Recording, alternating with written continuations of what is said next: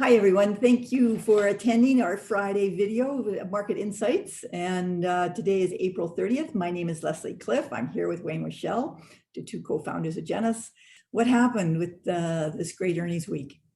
Well, the story was bigger than earnings, actually. Earnings from the big tech were a blowout, a magnificent earnings. Couldn't have been better. Things like companies like Facebook and Google did very well. But also on the other side, commodities did very well as well. Oil was up strongly, copper was up again, lumber was up again, and that drove the C dollar higher as well. So it was two good things happening, both commodities moving and helping the cyclicals push higher in terms of financials and energy, but also big tech ran as well. But with all that going on, the market reaction wasn't that big. We were sort of flattish for the week. And I think the market said, well, we had a hell of a move here already. So, enough, let's take a rest here right now. So the market did not respond in a big way to the positive earnings. Yeah, it makes you wonder what would have happened if they came out as expected, because they really were. And even in economically sensitive stocks like Caterpillar and some others, wasn't just the tech stocks either. So, yeah. And anything else, I guess Biden spoke, but that's maybe more political than. Yeah, the State of the Union speeches are all just pie in the sky, and they have to get them through the House and the Senate kind of thing. So it's more aspirational, and I think the market takes it as that.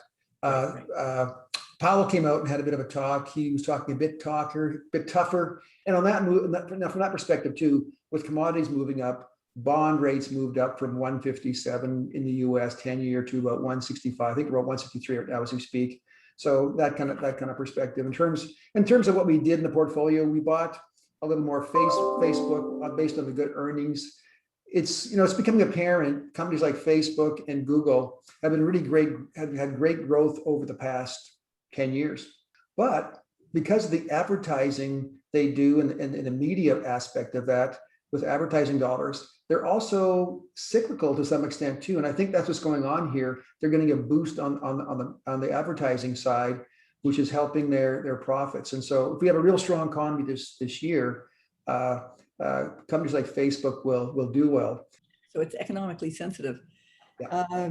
So one of the questions our clients ask, and all clients are always interested in this, is the Canadian dollar. It's really been on a tear, 81 cents right now. What do we see going forward?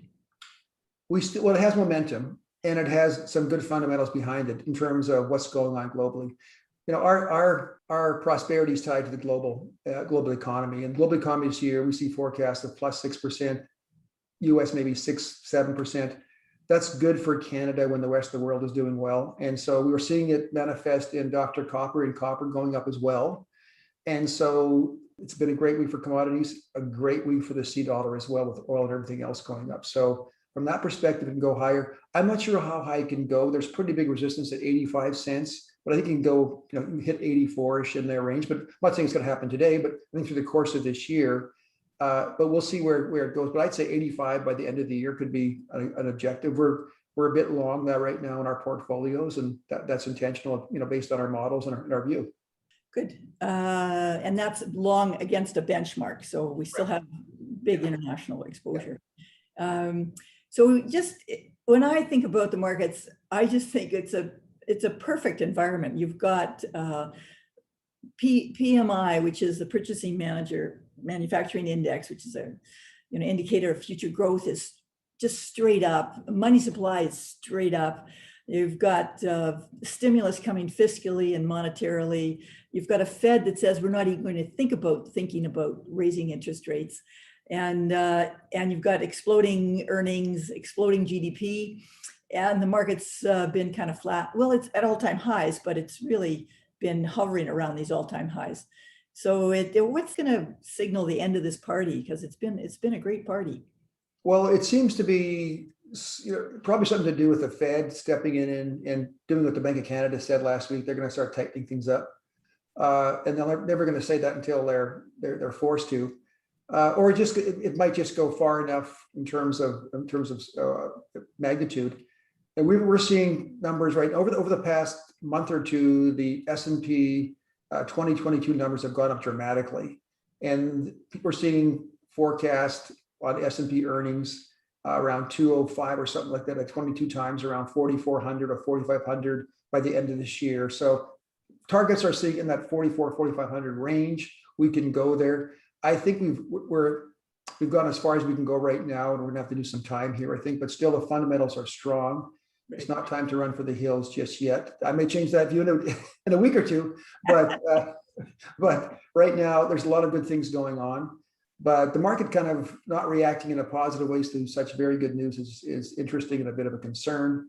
But we've just done so well. The market just done so well. It's priced in all this good news. And just to remind people, we did take a little equity off the table about 3 weeks ago, and we're waiting for our monthly signals next week to see we may take a bit more. And we may take a bit more next week. We'll see where it goes and what the signals are saying. So, but it's so far so good. It's the market will probably take a correction if there's some negative surprise in terms of the Fed tightening faster or some kind of downgrade in growth. But the tech sector has really been driven by the interest rates. As rates gone up, the tech sector has gone down. So there's been a negative correlation between tech and bonds. And so bonds going higher bond yields going higher could impact the tech sector, but that would also help the cyclical sector. So we're leaning more and more into the cyclical sector as we go forward here. So that's what usually would happen. We've been selling the Can Globe and buying the dividends slowly. Yes, which has more value. Yeah. So I can't hardly hold myself back, Wayne, to wishing you a happy birthday. It's Janice's 32nd birthday. And that's great. And I hope people appreciate seeing all the young talent we have at Janice in these videos. Wayne and I rarely do them anymore. And we're trying to showcase the great young talent we have. So well, yes, and same to you, Leslie. Congratulations. And as you mentioned, we have young talent. Really excited by the talent we have in our firm now that we think the next generation's here, and looking forward to many more years. Great. We'll have a great weekend, and we'll talk to you next Friday. Thanks very much.